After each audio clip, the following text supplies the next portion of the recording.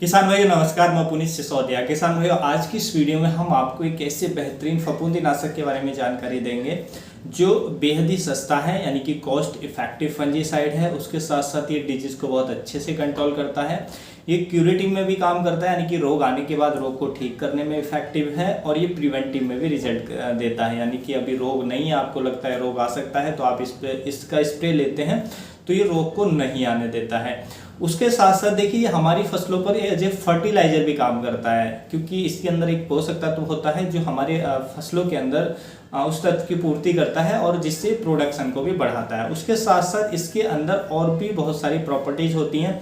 ये as a insecticide भी work करता है और ये हमारे जो उत्पादन है, प्रोडक्शन है, उसको बढ़ाने में हेल्प करता है।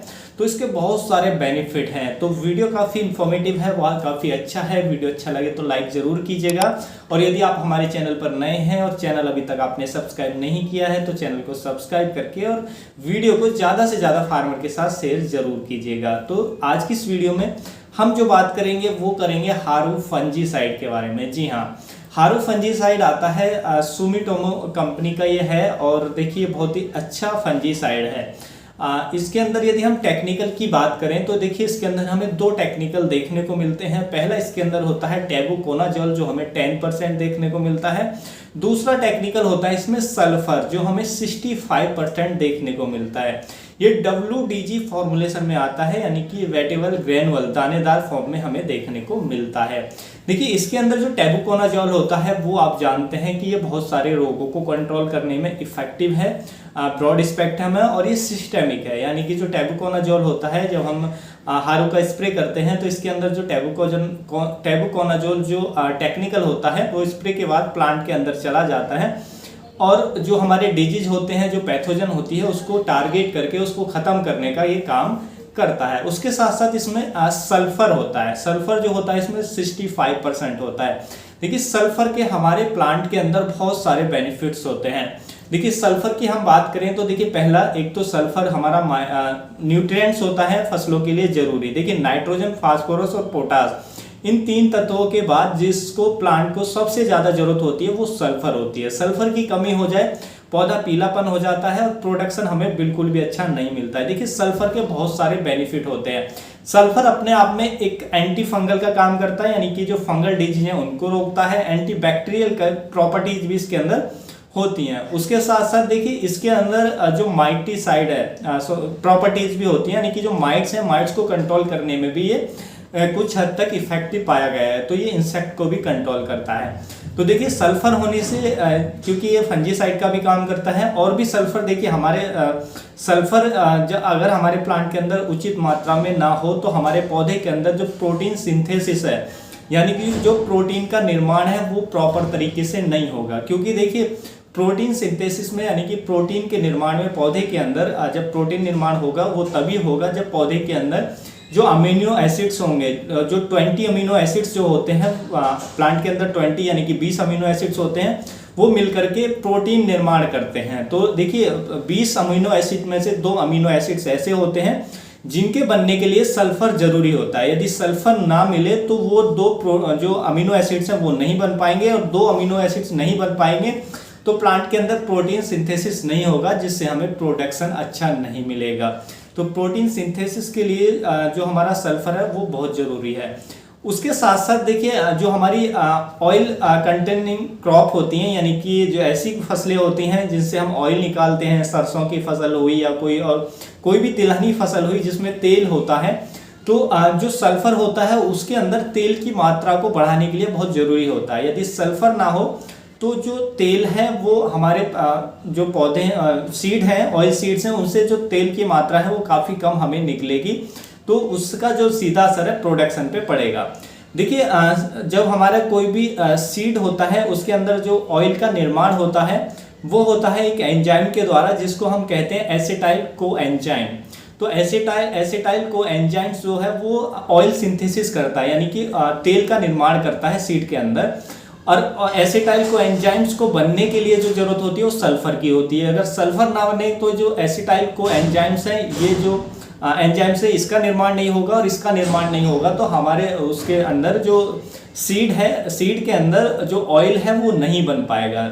या कम बन पाएगा। तो इसलिए सल्फर ऑयल कंटेंट को बढ़ाने के लिए बहुत ज़रूरी होता है। हमारी तिलहनी फसलों में सल्फर का उपयोग आप जानते हैं काफ़ी महत्व है।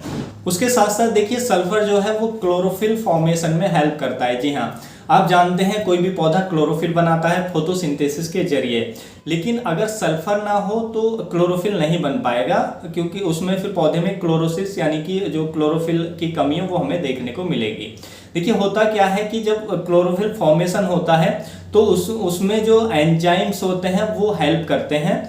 तो एंजाइम्स एक्टिवेट तभी हो पाते हैं जब प्लांट के अंदर उचित मात्रा में सल्फर होता है। यदि सल्फर ना हो तो एंजाइम्स जो है प्लांट के अंदर वो एक्टिवेट नहीं होंगे, जिससे जो क्लोरोफिल है वो सही से नहीं बन पाएगा और उसकी कमी हो जाएगी, जिससे हमें पौधे में पीलापन देखने को मिलता है। तो क्लोरोफिल फॉर्मेशन में भी जो सल्फर है उसका महत्वपूर्ण योगदान होता है।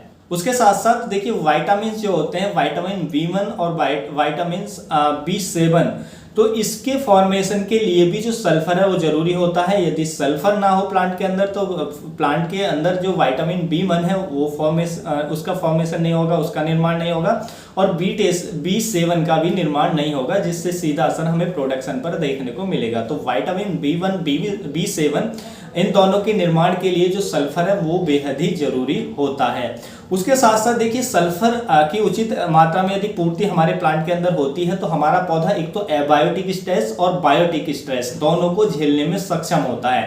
एबायोटिक स्ट्रेस की हम बात करें यानी कि अजैविक तनाव की हम बात करें तो उसमें जैसे कि अभी भयंकर गर्मी पड़ रही है, टेम्परेचर काफ़ी ज़्यादा हाई है, तो हाई टेम्परेचर को यदि हमारे प्लांट के अंदर उचित मात्रा में सल्फर है तो हमारा पौधा हाई टेम्परेचर को टॉलरेट कर पाता है, यानी कि बर्दाश्त कर पाता है, और हाई टेम्परेचर में भी हमें प्रोडक्शन अच्छा देखने को मिलता है। उसके साथ साथ ड्राउट रेजिस्टेंस को भी बढ़ा देता है यदि सल्फर उचित मात्रा में हमारे पौधे के अंदर होता है। ड्राउट रेजिस्टेंस यानी कि सूखे के प्रति सहनशीलता को बढ़ा देता है। गर्मी ज़्यादा पड़ती है तो जो हमारी सॉइल जो है मिट्टी है वो तेजी से ड्राई होती है, मिट्टी तेजी से ड्राई होती है, तो पौधे के अंदर जो सूखे की स्थिति बन जाती है, तो उसके प्रति रेजिस्टेंस को भी ये बढ़ाने में हेल्प करता है यदि सल्फर उचित मात्रा में हो। उसके साथ साथ सल्फर जो है वो कोल्ड के प्रति यानी कि ठंड के प्रति भी रेजिस्टेंस डेवलप कर देता है पौधे के अंदर। जब पाले की स्थिति बनती है सर्दियों में तो यदि सल्फर उचित मात्रा में है तो जो सर्दी के प्रति भी उसका जो टॉलरेट है वो बढ़ जाता है, यानी कि वो सर्दी को भी आसानी से बर्दाश्त कर पाता है और जिससे पौधा प्रोडक्शन अच्छा देता है। तो सर्दी हो गर्मी हो कोई भी वेदर हो उसमें यदि सल्फर उचित मात्रा में है तो पौधा अच्छे से सर्वाइव कर पाता है और उनके प्रति पौधे में रेजिस्टेंस बढ़ जाती है। उसके साथ साथ देखिए सैलिनिटी को भी टॉलरेट कर पाता है हमारा पौधा। सैलिनिटी यानी कि मान लीजिए लवणता आपकी मिट्टी के अंदर ज़्यादा है, जो साल्ट्स हैं वो आपकी मिट्टी के अंदर ज़्यादा है, तो पौधा उनको भी टॉलरेट कर पाता है यदि पौधे के अंदर मिट्टी के अंदर उचित मात्रा में सल्फर होता है। तो सैलिनिटी टॉलरेट को भी बढ़ा देता है जिससे पौधा अच्छे से हमारा सर्वाइव कर पाता है। उसके साथ साथ ये तो होगी एबायोटिक स्ट्रेस। उसके साथ साथ हम बायोटिक स्ट्रेस की बात करें यानी कि जैविक तनाव की बात करें तो जैसे कि आप जानते हैं कि सल्फर क्या होता है, अपने आप में उसके अंदर फंजीसाइडल प्रॉपर्टीज होती हैं, तो बहुत सारी जो फंगस के जो पैथोजन होते हैं उनको रोकने में हेल्प करता है। उसके साथ साथ इसके अंदर कुछ माइटिसाइडल प्रॉपर्टीज होती हैं तो ये माइट्स को कंट्रोल करने में हेल्प करता है। तो इस तरीके से जो हमारे पौधे में जो फंगस अटैक करती है उसके वजह से जो पौधा तनाव में होता है तो पौधा उस जो बायोटिक स्ट्रेस है उससे भी ये बाहर निकालता है, पौधे को हेल्दी रखता है। तो जो सल्फर है उसकी उचित मात्रा बहुत जरूरी है हमारे प्लांट के अंदर। सल्फर उचित मात्रा में होता है, बायोटिक और एबायोटिक स्ट्रेस को टॉलरेट कर पाता है। तो सल्फर पौधे के अंदर उचित मात्रा में होना जरूरी है। तो इसमें 65% सल्फर होता है जो बेहद ही जरूरी है और इस सस्ते में हमारे पौधे को मिल जाता है, तो हमें इसका उपयोग जरूर करना चाहिए। तो देखिए इसके अंदर टैबुकोनजोल और प्लस सल्फर होता है जो बहुत सारे डिजीज को कंट्रोल करते हैं। यदि हम रोगों की बात करें तो एक तो पाउडरी मिल्ड्यू पे बहुत अच्छा काम करता है। पाउडरी मिल्ड्यू के लिए दे सकते हैं, एप्पल स्कैब के लिए दे सकते हैं, आप उसको कंट्रोल करने में हेल्प करेगा। एंथ्रेक्नोज को ये कंट्रोल करता है। फ्रूट रॉट जो डिजीज आता है उसको कंट्रोल करता है। लीफ स्पॉट डिजीज को भी ये कंट्रोल करता है। पॉड ब्लाइट को ये कंट्रोल करता है।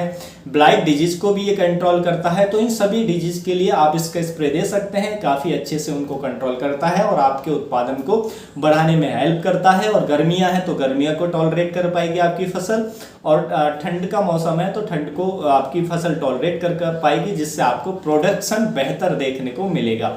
देखिए हारो फंजीसाइड की जो हमें डोज रखनी होती है वो रखनी होती है 500 ग्राम पर एकड़ के हिसाब से, यानी कि 2.5 ग्राम पर लीटर पानी में मिलाकर आप इसका उपयोग अपनी फसलों के अंदर कर सकते हैं।